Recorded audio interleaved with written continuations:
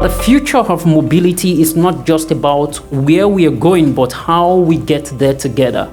It's a question of collaboration to innovate and how we drive from where we are to where we want to go. Another thing is to put this in context. We are looking at the growing global demand for electronic mobility solutions, as well as the unique strategic positioning of the participating countries, and as well other countries in Africa and in the region. So what's the case for collaborative research and development ecosystem? It matters because research and development is what drives development. If there's no research, then we are not thinking development. If there's no research, then we are not thinking innovation. And I would like to say that enough of trying to play catch up. We are like on an escalator that is going backwards. If you have to get to the top, you have to move faster than the pace with which the escalator is going backward. And if you dare stop, you are going backwards. There is no standstill. So we need to establish a model in terms of research and development around battery technology, around renewable energy integration, lightweight vehicle material, component recycling, and so on.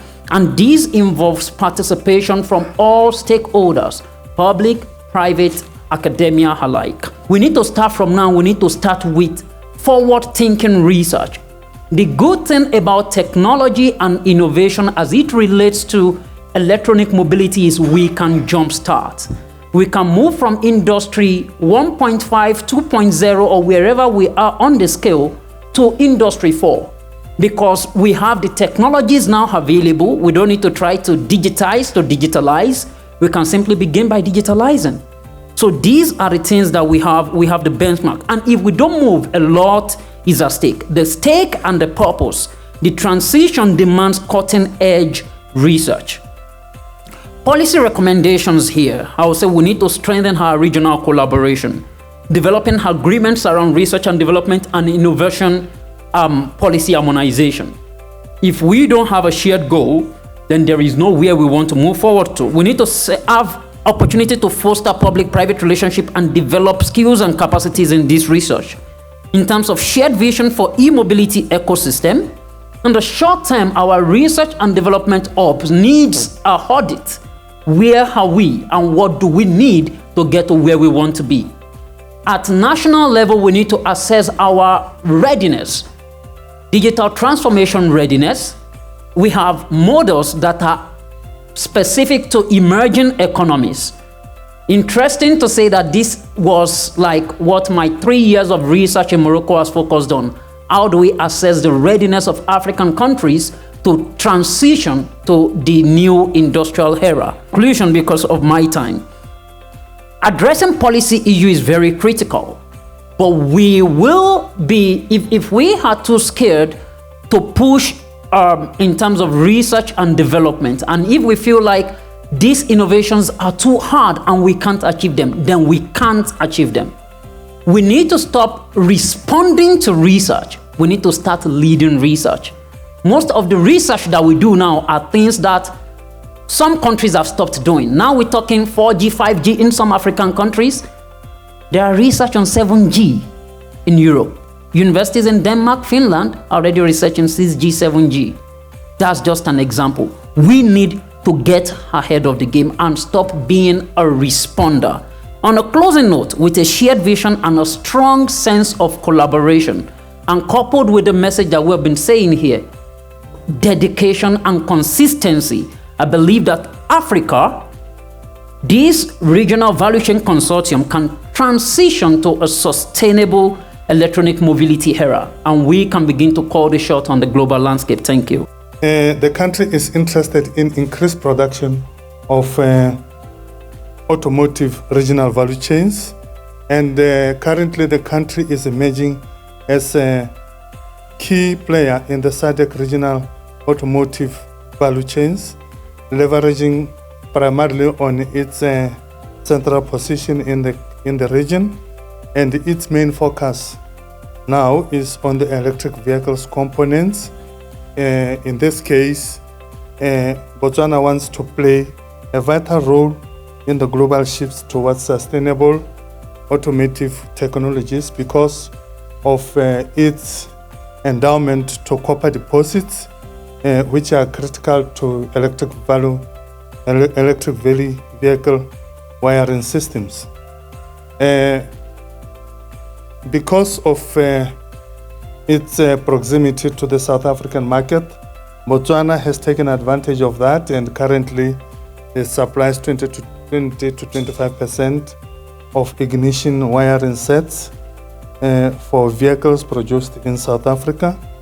And it's already showing that it is competitive to not only in the region, but worldwide. And the country has already introduced competitive incentives in the of various forms to promote regional value chains, and this goes away into encouraging collaboration, regional collaboration, and potential to increase the integration and automotive value chains development, especially between Namibia and Zambia. I'll start by saying that, what we see being common among these countries and maybe among other African countries are the wealth of green resources that we have. These include things like wind, hydro, solar, minerals, and so on, right? So the challenge comes to how we mine these resources and how we use them. Sometimes we find that we don't use them as efficiently as should be.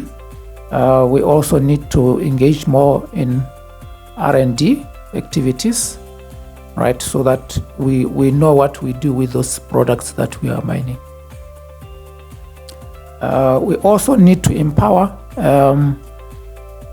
local citizens, right? Companies, we benefit a lot from that because you find that we have job creation, right, for the fellow locals. So with us here, I want to also just give a brief intro of Zambian Electric Mobility Innovation Alliance.